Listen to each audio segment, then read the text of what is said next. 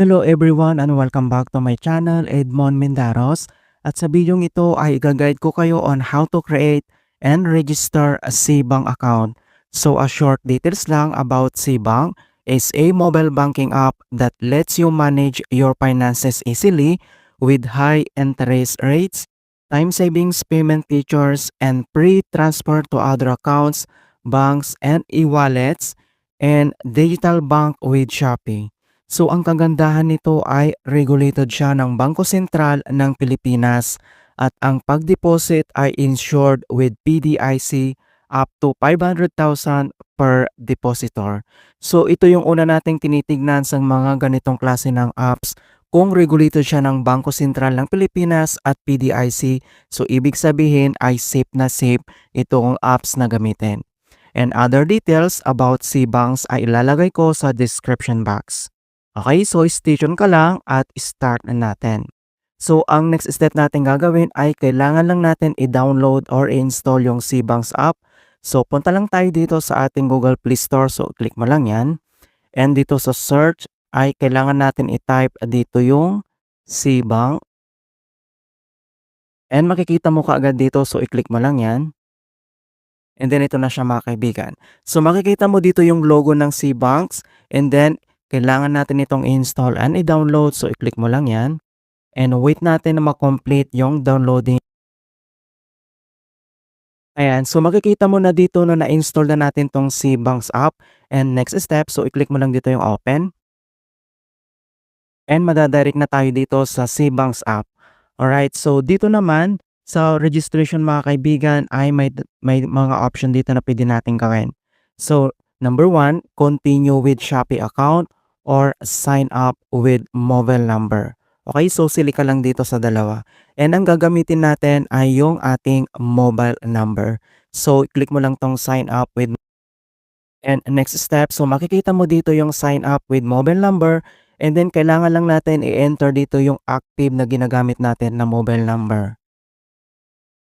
Okay, so double check lang yung mobile number and then next step mayroon naman ditong referral code. So pwede kang mag-enter dito mga kaibigan. And then once na-enter mo na yung mobile number mo dito at dito sa baba ay makikita mo dito yung I agree to CBanks terms of service. So i-check mo lang yung box. And then dito sa baba ay kailangan mo lang i-click dito yung next. And wait natin yung 6-digit code na sinend sa ating mobile number na na-register. And then once na-receive mo na and enter lang natin. Once na-enter mo na yung 6-digit code and then next, create your password. Sa pag-create naman ng password ay meron ditong 8 to 16 characters long. Password consists to both letters and numbers. So ayan, so nakapag-create na tayo ng password and kailangan natin itong i-confirm. So click mo lang yung confirm and enter mo lang yung na-create natin. Okay, so make sure lang na tama sila yung confirm niya. And ang susunod ay click mo lang dito yung confirm mga kaibigan. Ayan, so once nakapag-create ka na and na-confirm mo na yung password and then ang susunod, i-click mo lang dito yung confirm. And next step, ito yung facial verification. So, kailangan mo lang basahin to the following na dapat ay fully visible and not covered by your hair, glasses, face mask, or any accessories. So, there's enough light in your environment. And then, click mo lang dito sa baba yung start facial verification. Okay, so verifications complete.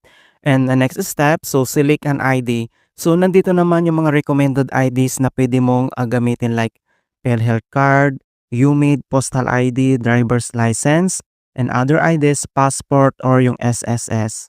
So ang gagamitin natin dito ay yung ating passports at dito sa baba ay kailangan mo lang i-click dito yung next. And then when using IDs without an address, make sure you have one of the following documents in your name before continuing. Okay? So, kailangan mo lang basahin ito para maayos yung paglagay natin. And then next step, click mo lang dito yung next. And next step, so how do I take an ID photo? So, may mga information dito na ating kailangan i-consider mga kaibigan. Okay? And then next ay kailangan mo lang i-click dito yung start scanning. And then once na-captured mo na yung IDs and then i-click mo lang dito yung confirm. Okay, so ang susunod ito yung identity details. So makikita mo na dito yung ID number mo. So since passport yung ginamit natin, nandito na rin yung ating passport number. So double check lang kung tama, and then yung ating first name, yung middle name, yung last name, and then citizenship, and then yung ating gender, date of birth, and yung passport expiry date. So nandito rin mga kaibigan, i-double check mo lang kapag okay na siya, and then dito sa baba i-click mo lang dito yung next. So proof of residential address naman. So submit any of these under your name. So nandito yung NBI clearance, utility bills, bank statement, insurance company statements, or yung pag-ibig in statement. So sili ka lang dito mga kaibigan kung ano yung gagamitin mo na proof of residential address. And then i-click lang natin tong NBI clearance. And then dito sa baba ay click mo lang dito yung next. Kita mo dito na take photo, choose from photos, or upload file mga kaibigan. So may mga option dito na pwede natin gawin. Okay, so siselect lang natin tong upload file. So click mo lang yan. And then, okay, so once na ilagay na natin yung ating NBI clearance, and then click mo lang dito yung confirm. Okay, so ang susunod ito yung additional details. So country of birth, so ilagay mo lang dito kung anong country, and then yung city of birth, occupations, company industry, company name, optional, yung monthly income, yung source of fund, and then yung ating purpose of account. So i-fill out lang natin ito. Okay, so once na fill out mo na tong country of birth, yung city of birth, occupations, company, and then yung company name, monthly income, source of funds, and then yung purpose of account. So lagay lang natin dito sa ating savings. And then kapag complete na siya mga kaibigan, and then dito sa baba ay click mo lang dito yung next. And then terms of service. So makikita mo kaagad dito mga kaibigan. So read these informations carefully. Ayan. So yung updating ng kanilang terms of service, nandito lahat mga kaibigan. And then kapag okay na, click mo lang tong box. And then click mo lang dito yung next. And then create your secure PIN. So kailangan natin mag-create ng and then confirm your secure PIN. And so you've successfully submitted your applications. We'll inform you within 2 banking days on the status of your account. You can only make transfer once verified. Okay, so kailangan natin hintayin nito na makomplete yung ating applications mga kaibigan. And then i-update ko kayo pag okay na yung ating registration dito mga kaibigan.